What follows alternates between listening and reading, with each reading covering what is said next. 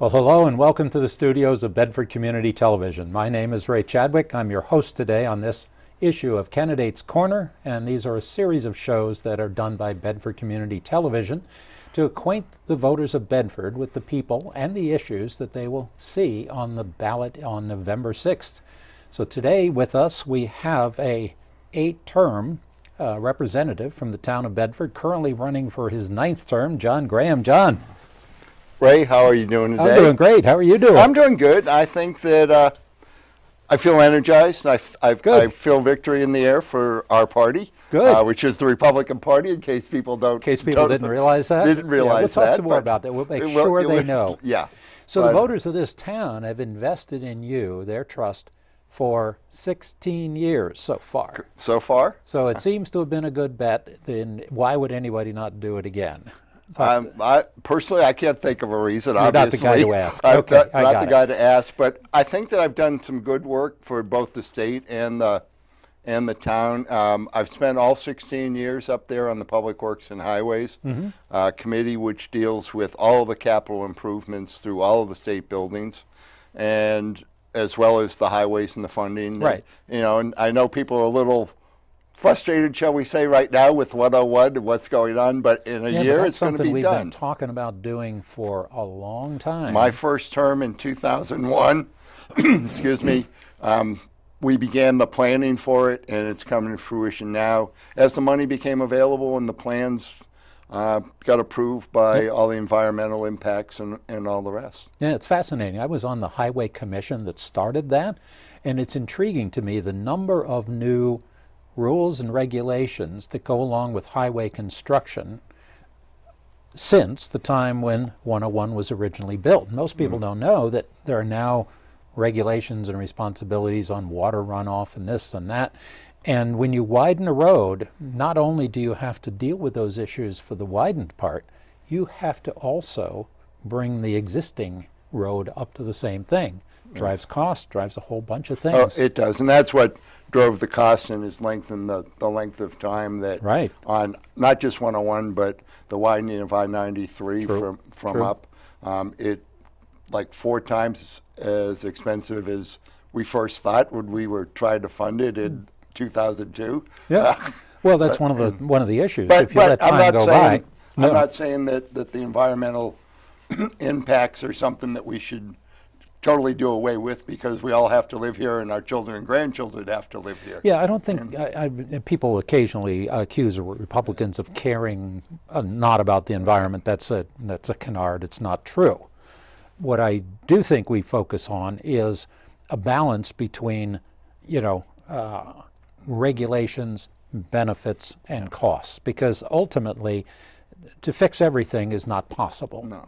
People can't afford that. They would rebel. But at the same time, we're also willing to embrace some regulations, like with PFOAs that have impacted Bedford and Merrimack and Litchfield, and I was one of the sponsors of the bill to do that. Yep. Because we have to protect our people and our environment. Yeah. And it's just very simple. Yeah, it's unarguable. No matter what the other side says, Republicans do protect you from environmental issues. But let me talk a little bit about sort of the parties, because I'm noticing that in this election, the Democrats they're really energized, because they want to sort of turn back 2016, in my opinion, and some of them say that. But more importantly, what I'm seeing is they're running groups of candidates that seem to be sort of picked to be basically amenable. And I think of Morris Sullivan, right? Yeah. And here's a person that has never been to New Hampshire, unless she went skiing, I guess. But she became sort of the poster woman for, here's the new Democrats. But when you peel back the onion, she was there for, gun controls, higher taxes, et cetera, et cetera. And if you look at the gubernatorial candidate, you have a person who's been the engineer of a series of tax increases, including my personal favorite. When you rent a campsite at a state campground, you now have to pay rooms and meals tax. Well, that was unfortunately, that passed while the Republicans were in the minority. Right. And I've been there in the majority and the minority, and it's, shall we say, frustrating to be in the minority because you don't Sure. set the agenda. Right. But there are those running who come across as very personable and nice person. They'll do, Yeah. people think they'll do a good job, but you have to understand that they come with a party agenda. Just as I do and all the other Republicans, Yeah. there is a Republican platform, which is kind of what we go by. Do any of us support every plank on it? Probably No. not. No, that's Same an with the unreasonable Dem- but- expectation. But the whole idea is that if you elect a Democrat from here in Bedford, you're helping to make sure that the Republicans aren't in the majority, that the Speaker, all of the committee chairs, and the agenda are all set by a party. Yeah. And it may not be what you want just because you like a particular person. Well, I think that's a very good point, and I think for most people, and I might say most normal people that aren't political junkies like we, they really aren't that immersed in the details of how a party gains power in the legislature. But if you think about it, I think of it very simply. If you elect someone, whether you like them or love them or not, when they get into the legislature, they are part of a caucus, a Republican caucus, a Democrat caucus, and the people that are running the show are whoever has the majority. So that's when you have to look and say, it's not just John Graham, who's a likable enough guy, even I will admit that, and the voters obviously have thought so 8 times.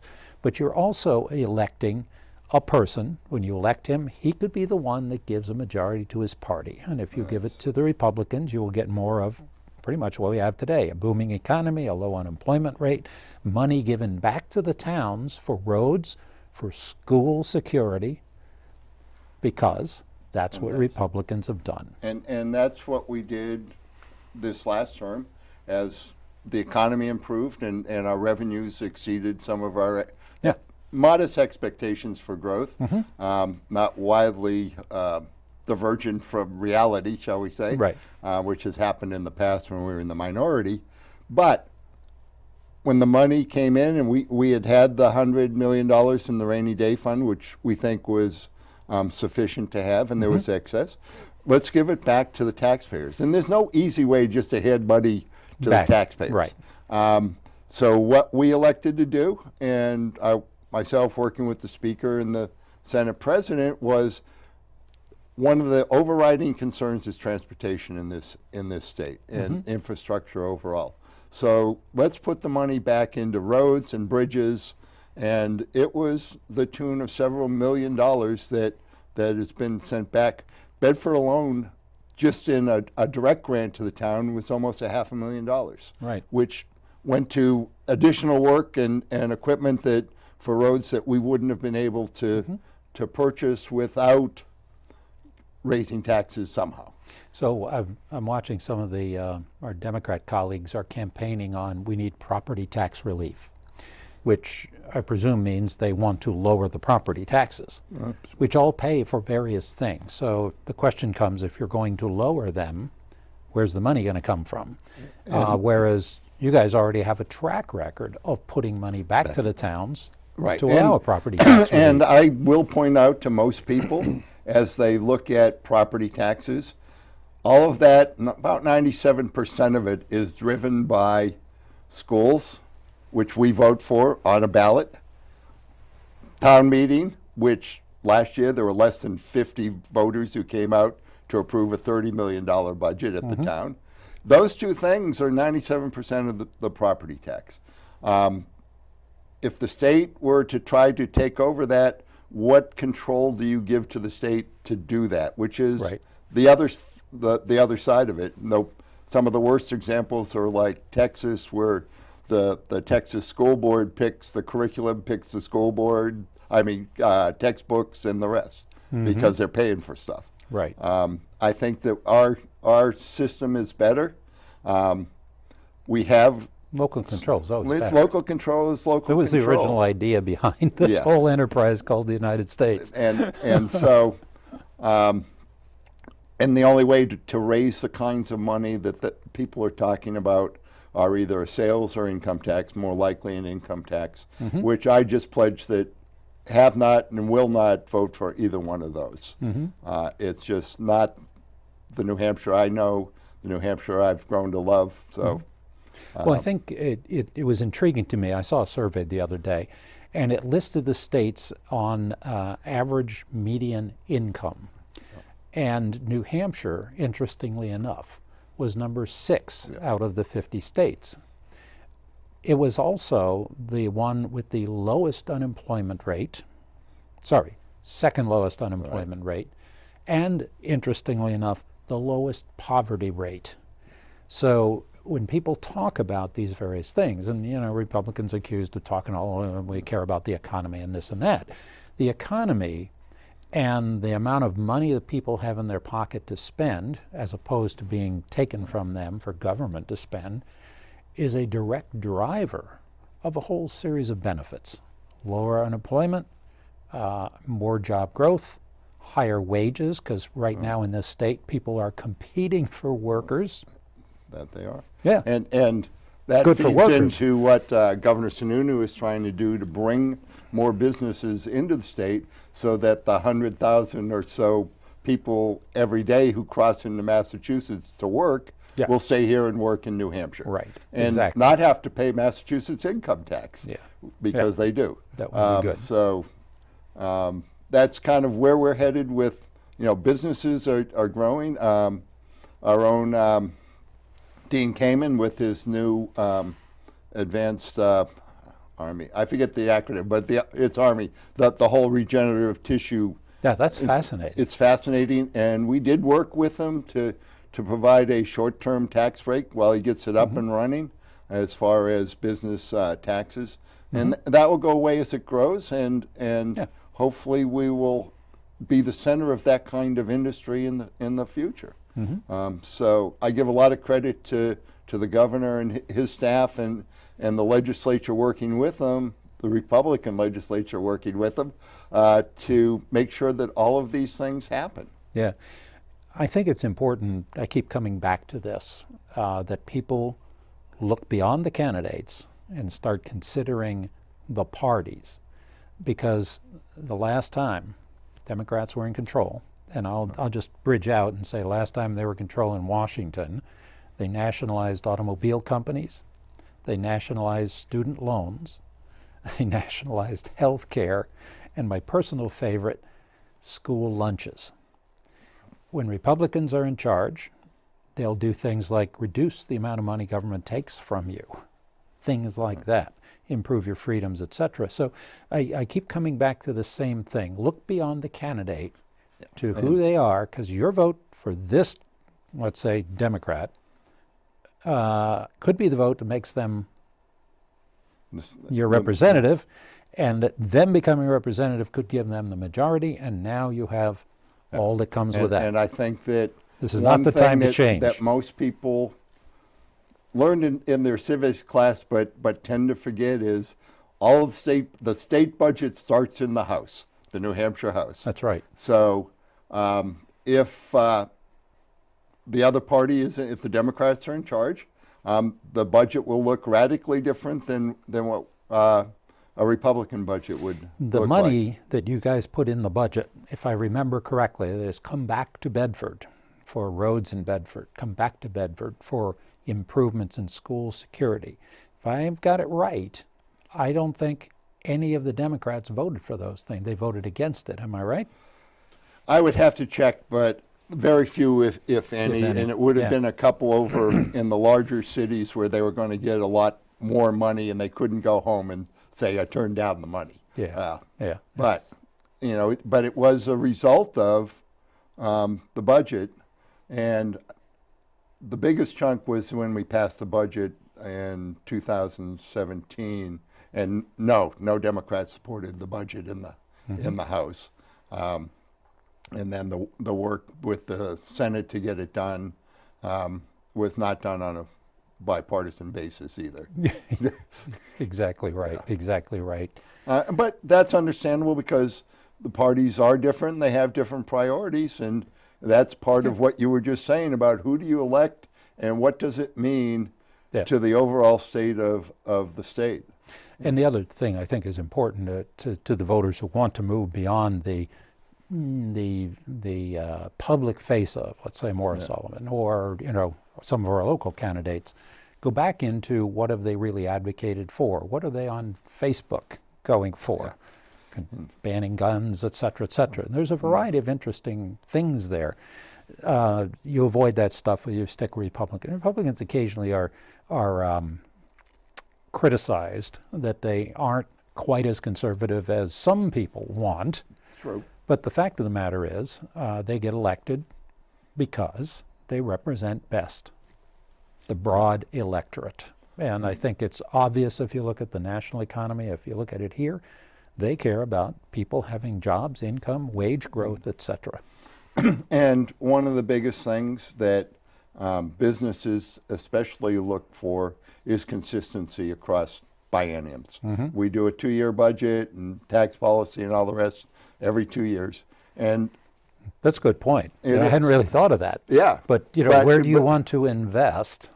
Yeah. And if you wind up in one of these states like we sometimes are, where things are going back and forth, that's not No, it's not attractive. And that's what happened in 2006 when we first went into the minority, and then a few years later, because tax rates matter to businesses as do write-offs for capital expenses and the rest. So if you don't have those types of consistent, within a very narrow range, they're going to look at another state.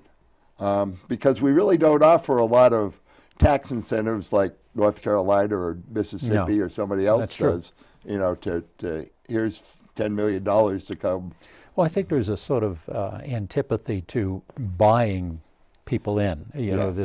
Some of it okay, but are you choosing winners or losers? Yeah, exactly. That's the challenge. We were accused of that with Dean Kamen's latest thing, but it is an exciting new field, and the Department of Defense and others have already bought into helping to fund it. So it's worthwhile to make that effort, and it was minuscule amount of money that let's talk about that for a second for our viewers who may or may not be aware of that. But let me tell you what I think I know of it from some people that are involved.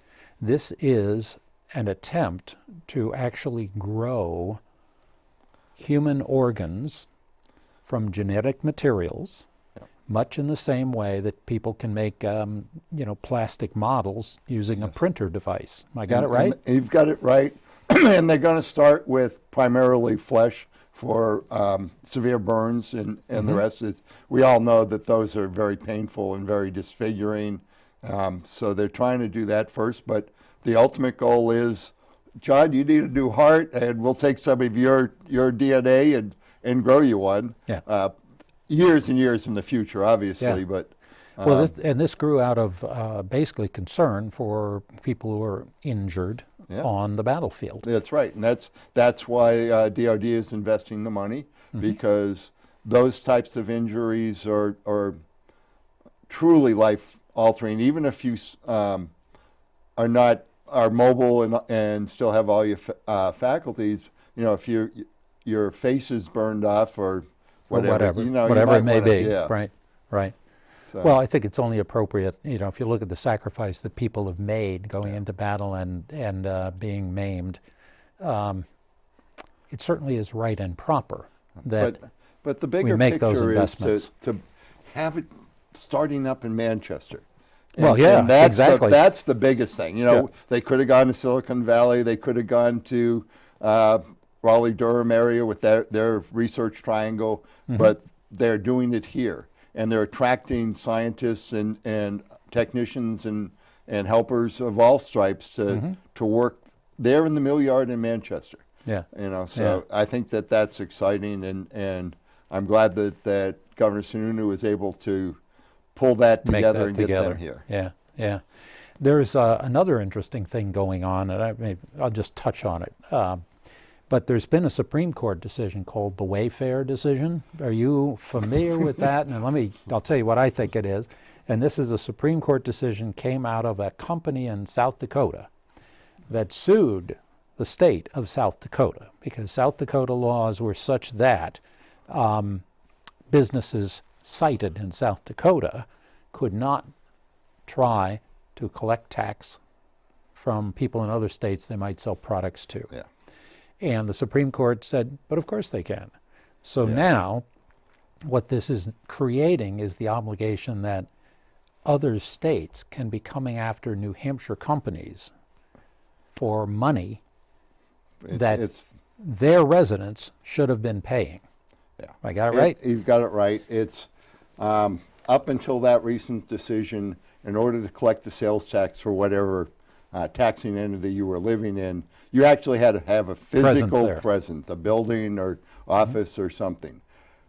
The Supreme Court went, just connection to the internet was enough to do that.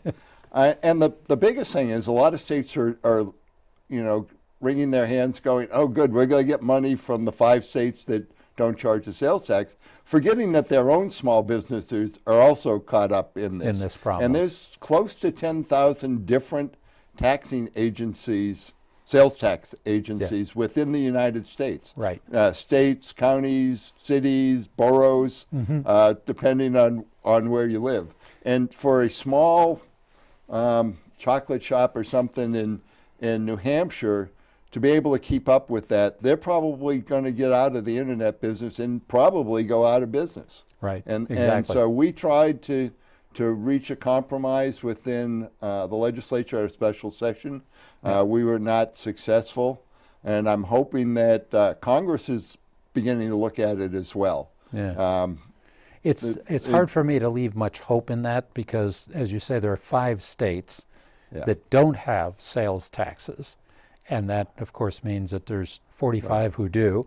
So it's hard to see how they're going to... But when their small businesses start going, I have to collect it if That's New York, I have to collect it for California. Right. You know?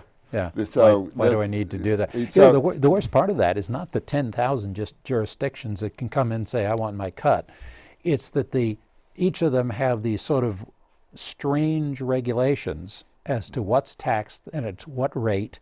And I heard an example one time about how a liqueur like Bailey's Irish Cream is a food because it's used in coffee often. But if it didn't have the Irish cream and just was brandy, then it's taxed at a different rate. So there's all kinds of these things involving cosmetics and different food products. Who could possibly know it? They can't, and that's where it's going to be really difficult for those internet providers. Obviously, the large ones, Amazon and Walmart, they'll be able to. This is another way that they will capture a bigger share of everything. That's right. But here in New Hampshire, we were more concerned with the small mom and pop who does. There's quite a few of them who do internet sales because it spreads our small crafts, our small craft items and stuff nationwide, maple syrup, those types of things. That now are they going to be able to do that without having to go, well, did I sell it to New York City, which that is county, city, state? Well, we actually moved, my wife and family and I moved here from New York, and the interesting thing is in New York, the tax laws are such that you, as a citizen of New York, are supposed to self-report the number of things you bought from out of state, and the Commonwealth of Massachusetts has the same thing. Right. Everybody who comes across to the Mall of New Hampshire is supposed to go home and report it. Figure it out and add it to their tax bill. Their decision whether or not they do that. That's the small tax rebellion that occurs in every family. That's right. And that's what they're trying to plug, that loophole. But anyway, so I guess the key to me again, voters are going to have a choice here. And you've got all these candidates running in Bedford, and people on some of the folks on the Republican side are well known, some are new. On the Democrat side, the same thing, but the issue to look at is not whether they're attractive, not whether you knew them, not whether they were a teacher and everybody knows them or on the school board or whatever they may be. What will they do? Look into what are they advocating for, which is really pretty eye-opening for some of them. But more importantly, if you vote for that one, they win. They're the one that gives the majority. Now you've got the Democrat agenda or the Republican agenda. And obviously I support the Republican agenda. Lower taxes, smaller, not a lot of growth in government. There's always some growth. Yeah, well, things come obviously along. Because with the opioid crisis and the problems with DCYF, we're going to have to spend some money on those things. But it's what all do you really want? Are you satisfied with the way things are going? And change for change's sakes is not always the right reason to vote for somebody. You want to know. I've seen a lot of letters that for other candidates that are going, it's time for a change. But a change to what? That's the real question. Well, I think I've had a solid background in fighting for what is right for New Hampshire and fighting for what is right for Bedford. So, well, since we're coming close to the end of our time, why don't you finish up that statement and pitch to the voters why they should send you back for the 9th time? Okay, I as Ray just said, I've been elected 8 times. I'm running for my 9th term. And in those, I have been both in the majority and the minority, as I said earlier. In the minority, it is much easier to coalesce around a single stance of, well, no, we're not going to support what the other party is doing. Whereas in the majority, it's a little harder to get all Republicans on the same wavelength as on specific bills. Major bills, the budget and the rest, most of the time we coalesce around that. And in those 9 years, I've been both an assistant minority leader, chairman of some statutory committees, as well as I'm currently the deputy majority leader. And it is a challenge to get 215 Republicans to support everything that we're doing. But we've been, by and large, we've been successful. And I think I will take that into the next term, and especially in the majority. No guarantees what position I'll hold because there's a speaker's race and the speaker gets to appoint all of those positions. So we'll see, but I can promise that I'll be there. I've not, in the 16 years, I have not missed a day that we are voting on bills. I've missed some votes because of being in the men's room or whatever, because the votes come back quickly. But so I show up and I will do it. And I ask for your vote on November 6th. Well, thank you, John. Thank you. Great summary. Yeah. And ladies and gentlemen, make your vote count. Make an informed choice on November 6th, and thank you for joining us today.